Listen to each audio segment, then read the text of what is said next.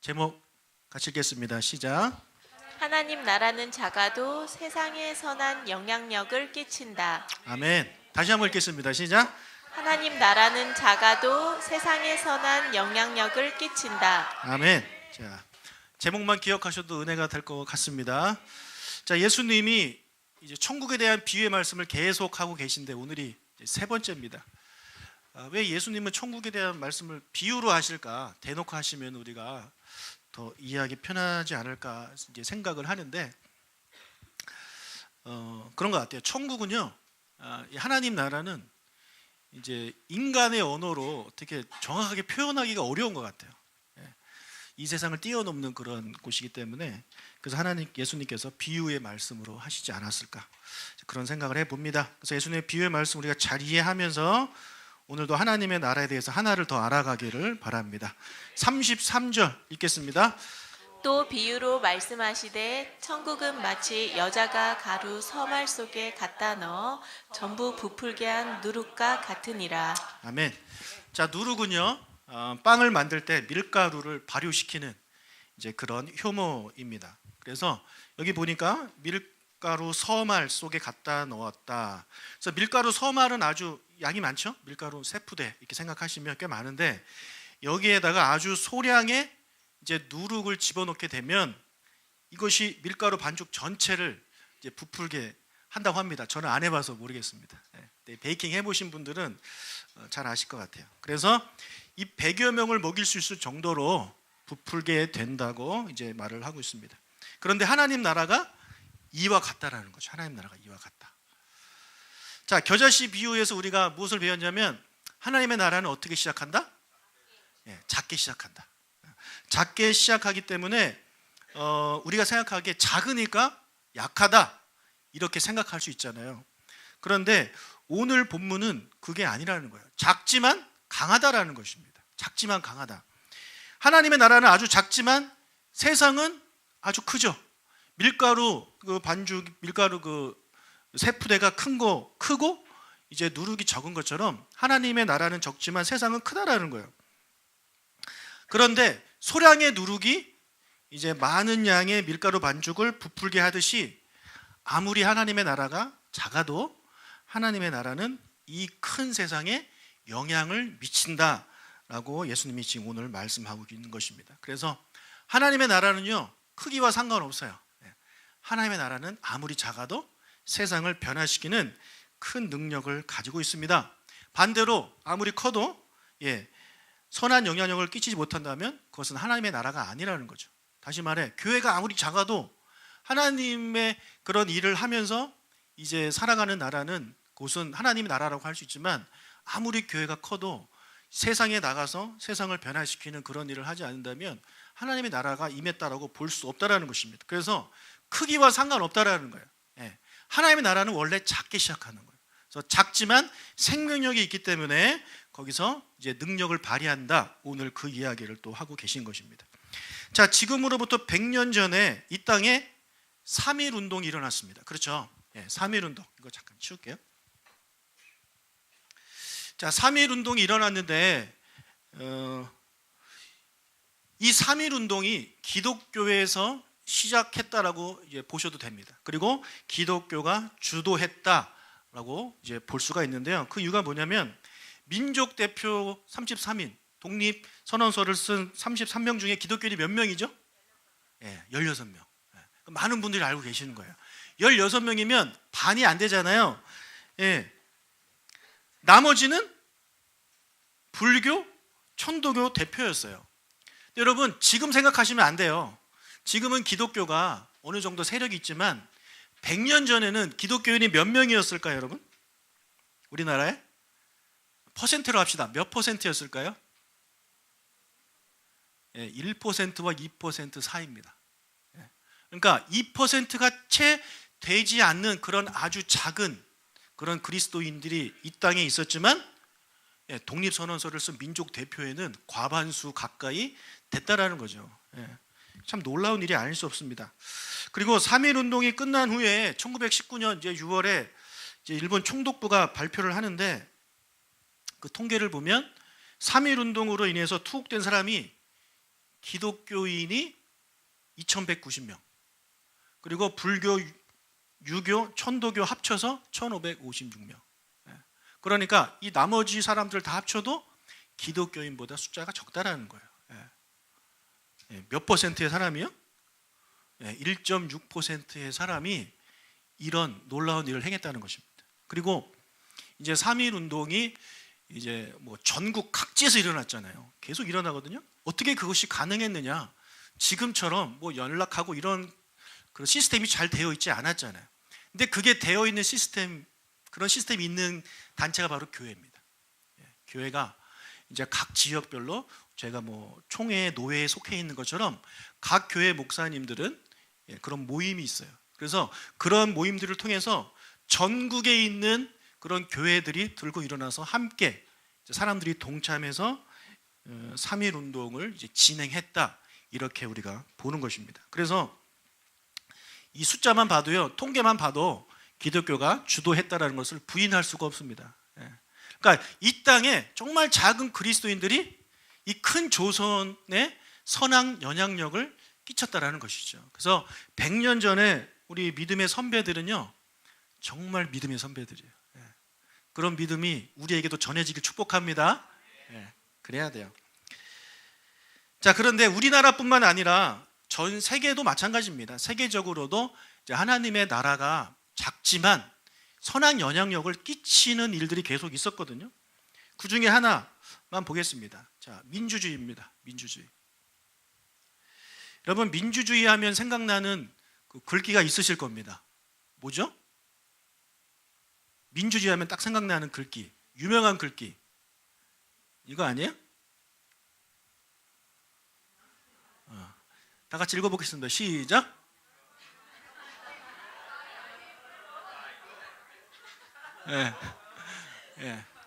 너무 어려운 단어죠.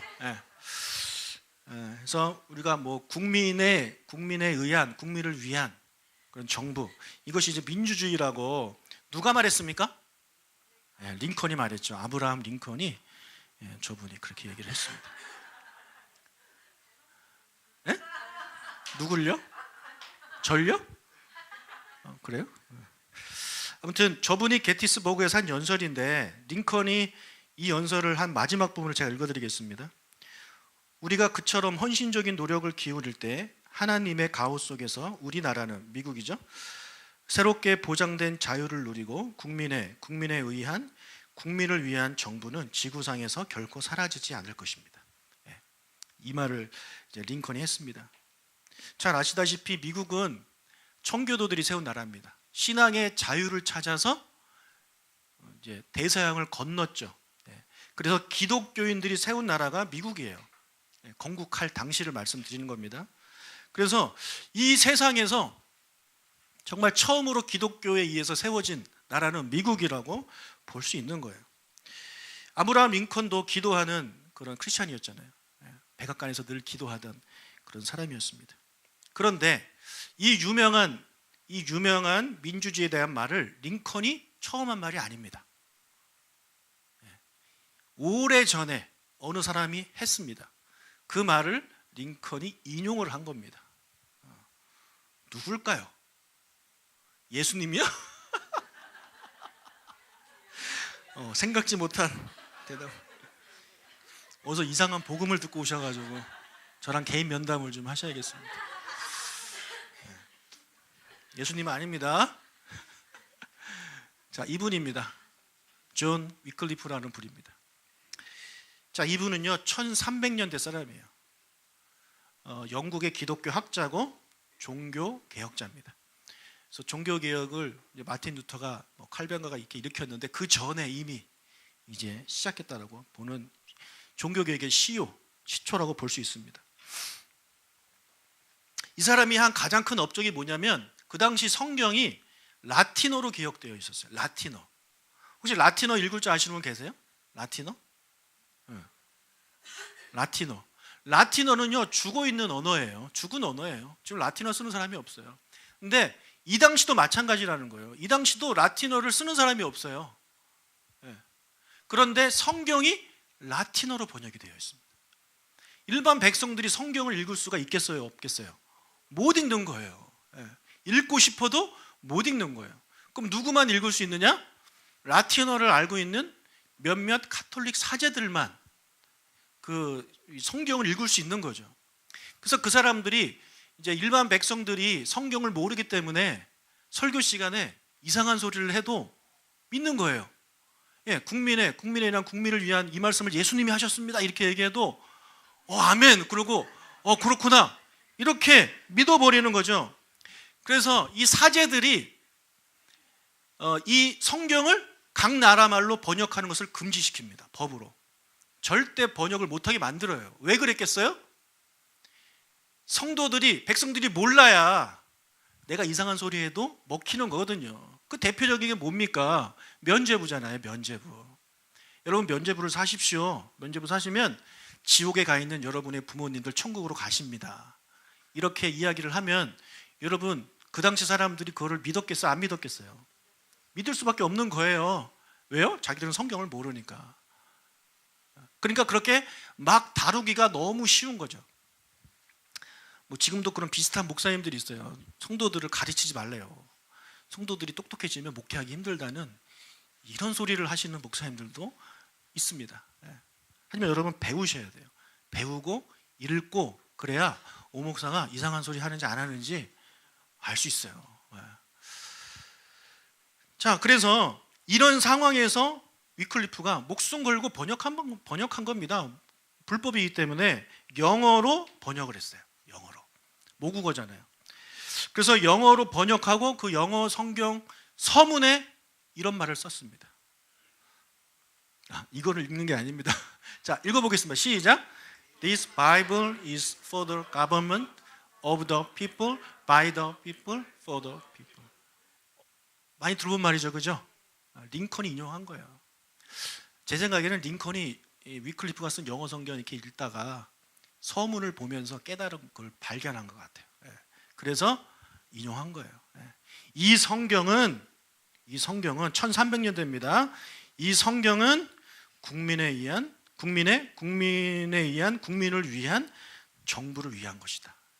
그러니까 이 성경을 가지고 그렇게 나라를 다스려야 된다. 민주주의를 발전시켜야 된다. 그런 말을 이 위클리프가 한 것입니다.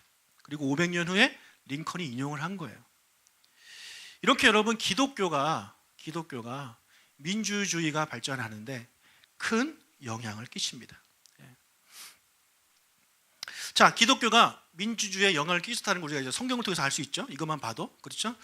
자, 이것을 염두에 두고 다시 우리나라로 좀 돌아오면 대한민국이 세워질 때, 건국될 때도 마찬가지입니다. 여러분, 대한민국은요 기독교가 세운 나라입니다. 아멘 하시길 바랍니다. 대한민국은 기독교가 세운 나라예요. 왜 제가 이런 말씀을 드리냐면, 자, 대한민국이 이제 해방됐잖아요. 일제 강점기에서. 그럼 이제 나라를 세워야 되잖아요. 그러면 어떤 나라를 세울 것인가? 그걸 결정해야 될 거 아닙니까? 그 전처럼 왕을 세워놓고 하는 왕정 그런 그 나라를 만들 것인가? 아니면 귀족 공화국을 만들 것인가? 그런데 여기서 아니다. 우리나라는 민주공화국을 해야 된다. 국민이 주인되는, 국민에 의해 다스려지는 이런 민주공화국을 세워야 된다라고 이제 주장을 해서 우리나라가 그렇게 됐잖아요.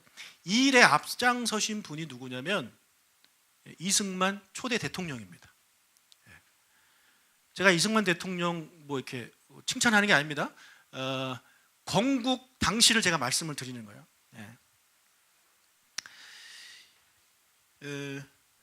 여러분, 다음은요 이승만이 대통령이 되기 전에 한 말이에요. 읽어보겠습니다. 풍속과 인정이 일제히 변하여 새 것을 숭상해야 하는데 새 것을 행하는 법은 교화로서 근본을 아니 삼고는 그 실상 대익을 얻기 어려운데, 예수교는 본래 교회 속에 쟁장하는 주의를 포함한 고로 예수교 가는 곳마다 변혁하는 힘이 있으므로 예수교로 새로운 문명의 기초를 삼아야 한다. 대통령이 되기 전에 한 말입니다. 지금 시대가 변화하는 그 시기잖아요. 당시에 일제 강점기가 끝나고 정말 지금보다 훨씬 혼란스러운 그런 시대잖아요. 그 시대에 우리가 예수교를 받아들여야 된다. 기독교, 예수교로 새로운 문명의 기초를 삼아야 된다라고 이제 그분이 주장을 합니다. 그래서 예수교의 그 기초로 삼은 정치가 민주주의잖아요. 그래서 민주주의를 그가 주장한 거예요. 그래서 이 민주주의를 주장하면서 이제 미국식 민주주의를 받아들입니다. 우리나라가. 지금 반미 그런 걸 가지고 계신 분들은 되게 듣기가 되게 부담스러우실 것 같은데, 여러분 지금 생각하지 마시고 건국할 당시를 제가 말씀드리는 거예요. 미국이라는 나라가 기독교에 의해서 세워진 나라인데 그것을 받아들여요.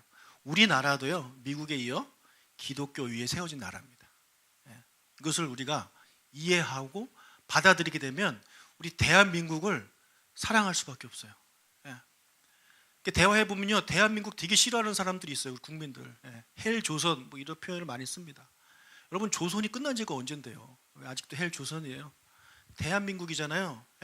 여러분 대한민국은 기독교 위에 세워진 나라예요. 기독교, 예수교 위에 세워진 나라예요. 그러니까 우리 기독교인들이 이 나라를 사랑해야 됩니까? 저주해야 되고 떠날 생각만 해야 됩니까? 사랑해야죠. 기독교 위에 세워진 나라인데 지금 나라가 이상하게 변해져 가고 있잖아요. 우리가 더 기도하고 이 세상을, 이 나라가 기독교 위에 다시 바로 설 수 있도록 우리 기도해야 되는 역할이 우리에게 주어진 겁니다. 자, 이렇게 우리나라도요, 정말 적은 숫자의 기독교인이 해방될 당시에도 몇 명이나 되겠어요? 얼마 안 되잖아요. 그 작은 기독교인들을 통해서 대한민국이라는 이 나라가 기독교 위에 세워졌다라는 것입니다.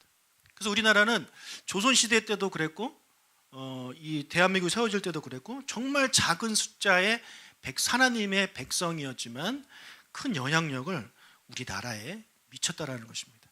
근데 지금은 그때보다 훨씬 많은 그리스도인들이 살고 있는데 어떻습니까? 기독교인이 세상을 변화시키고 있나요? 나쁘게 변화시키고 있죠. 욕 엄청 먹고 나쁜 짓 많이 하고 변질되고 자꾸. 그래서 우리 참 안타깝잖아요. 이승만 대통령도 기독교인인데 욕 엄청 먹잖아요. 그러니까 건국은 잘했어. 그 다음을 못해서 그렇지. 장로 대통령도 2분 계셨는데 다들 이렇게 욕 먹으시고. 정말 우리 기독교인들 그분만 그런가요? 우리 기독교인들도 많이 욕 먹잖아요. 그런 시대가 됐습니다. 안타까운 거죠. 여러분, 하나님의 나라는요, 작지만 능력이 있기 때문에 누룩처럼 이 세상을 변화시킬 수 있습니다. 그런 것들이 지금도 우리를 통해서 이루어져야 되는 거예요. 자, 우리 지난주 그저께죠? 그저께 금요일 날 금요 예배 때 모여서 우리 기도를 했어요. 우리 금요일마다 모여서 기도하거든요. 근데 우리 이종민 전도사님이 기도인들을 하셨는데 기도 제목을 이걸 내놓으셨어요. 우리 미세먼지가 사라지도록 기도하자. 여러분, 이 기도 제목 어떻게 생각하십니까? 어떻게 생각하세요? 너무 좋다고 생각하시죠? 저는 미세먼지 때문에 불평을 했지 미세먼지가 사라지도록 기도할 생각을 한 번도 한 적이 없어요. 맨날 옛날 생각만 하는 거지. 요즘은 조음이 될 때 이게 문자가 왔으면 좋겠다라고 생각이 들 정도로 계속해서 나쁜 경고 문자 오잖아요. 근데 우리 전도사님이 그렇게 기도하자고 하는 거예요. 그래서 기도했죠. 금요일 날 밤에 기도했어요. 토요일 날, 주일 날, 오늘 이틀 연속 어때요? 조음입니다.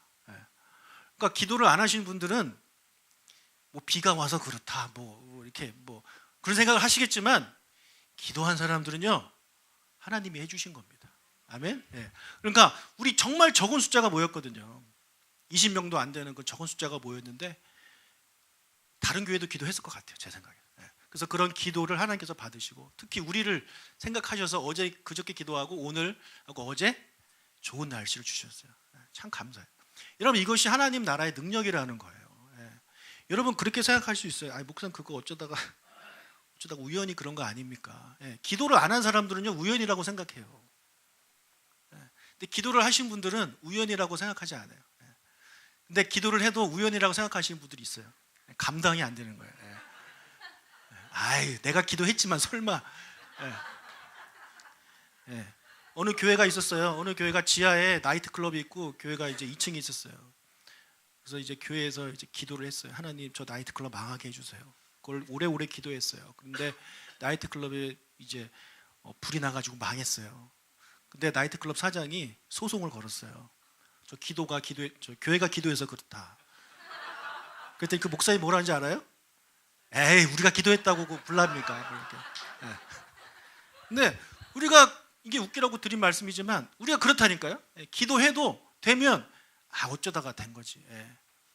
여러분 그렇게 생각하지 마시고 우리 작은 그리스도인, 내가 비록 작고 연약하지만 여러분 누룩이에요. 다 누룩과 같은 존재란 말이에요. 여러분이 세상에서 이 큰 세상을 변화시킬 수 있는 능력이 여러분 안에 있다. 왜? 여러분 안에 하나님 나라가 임했기 때문에. 예. 그래서 그것을 가지고 우리가 계속해서 이 나라를 위해서 기도하고 세상을 위해서 기도하고 그리고 우리 공동체를 위해서 기도하는 사람이 하나님 나라의 백성이라는 겁니다. 예. 근데 우리는 그냥 하나님 나라 백성이 아니에요. 하나님 나라의 주인이, 왕이 하나님인데 우리가 하나님의 자녀잖아요. 우리는 뭐예요? 하나님 나라의 왕자, 공주란 말이에요. 귀족이란 말이에요.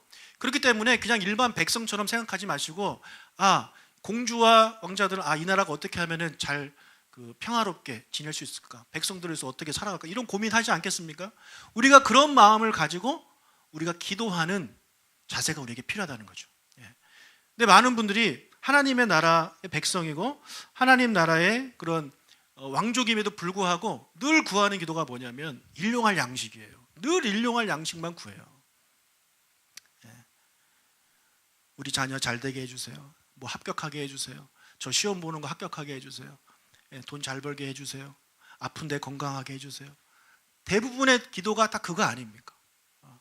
그러니까 아무리 교회가 커도 세상을 변화시킬 수가 없는 거죠. 이 세상을 위한 기도를 하지 않기 때문에. 그러나 정말 작은 소수의 그런 사람들이 모였지만 100년 전에는 이 나라를 위해서 그들이 기도했습니다. 이 나라를 위해서. 그래서 여러분 우리 교회가 작지만 누룩과 같은 그런 교회가 되기를 축복합니다. 그래서 여러분 기도의 제목, 기도의 지경을 좀 넓히세요. 예. 여러분 그 기사 같은 거, 신문 기사나 이런 거 보시다가 뭐 외국에 무슨 문제가 생겼어요. 예. 예를 들어 무슨 지진이 난다거나 해일 때문에, 쓰나미 때문에 사람이 많이 죽었어요. 그 나라를 위해서 기도하시는 거예요. 예. 그게 하나님 나라 백성이에요. 근데 그거에 관심이 없어요. 오직 내 밥그릇만 가지고 기도하시는 분들은요 하나님 나라 백성이 아니에요. 백성은 맞지만 그 마인드가 하나님 나라 백성이 아닌 거예요. 그래서 우리의 기도 제목은요 공동체와 나라와 그리고 세계를 위해 기도하는 그런 기도 제목을 갖는 우리가 되시길 주의 이름으로 축복합니다. 여러분 우리의 삶에도 마찬가지입니다. 우리의 삶에도 하나님의 나라가 임하면 변화되게 되어 있습니다. 선하게 변화되게 되어 있습니다. 여러분이 속한 가정, 여러분이 속한 공동체가 여러분 한 분 안에 하나님 나라가 임해서 여러분이 그곳에 감으로 인해서 그곳을 변화시킬 수 있는 그런 놀라운 능력들이 여러분 안에 있음을 믿으시기 바랍니다. 있다니까요. 네. 있는데 모르는 거죠. 알아도 믿지를 못하는 거죠. 그렇기 때문에 우리가 변화를 시키지 못하게 되는 것입니다. 예수님께서 사마리아에 가셨어요. 거기서 한 여인을 이제 만나십니다. 이 여인과 이런저런 대화를 하시고 이 여인이 예수님이 메시아임을 깨닫습니다. 그럼 이 여인이 이제 예수님을 만났으니, 메시아를 만났으니 저는 이제 천국 가겠네요. 저 이제 예수님 따라다닐게요. 이렇게 하지 않았습니다. 어떻게 했습니까? 자기 동네로 돌아갑니다. 이 여인은 자기 동네에서 환영받지 못하는 그런 여인이었습니다. 왕따 당하는 여인이었습니다. 스스로도 그들을 만날 수 없는 그런 상황이었습니다. 부끄러운 여자였기 때문에. 그런데 그녀가 그곳에 가죠. 돌아가서 그 사람들에게 예수님을 전하고 온 동네가 예수님을 믿게 만드는 그런 역할을 이 여인이 했다라는 거예요. 이 여인 한 명이 어떻게 그게 가능해요? 그 여인 안에 하나님 나라가 임했기 때문에 그것이 가능하다라는 것입니다. 그래서 여러분이 이 여인과 같이 되기를 주님 축복합니다. 여러분이 이 여인과 같이 되셔가지고 여러분의 가정, 여러분이 속한 공동체, 우리 교회 나라가 정말 하나님의 나라로 더 확장될 수 있도록 쓰임받는 여러분들이 되시길 주의 이름으로 축복합니다. 여러분, 우리는 능력이 부족해요. 뭐 이렇게 사역하자고 하면 목사님 저는 능력이 없습니다 그렇게 말씀하시는데 맞아요. 능력이 없어요. 소수지만 우리에게는 하나님의 나라가 임하면, 여러분의 능력이 아니라 하나님의 나라가 임하면 하나님 나라의 능력을 통해서 변화되는 것입니다.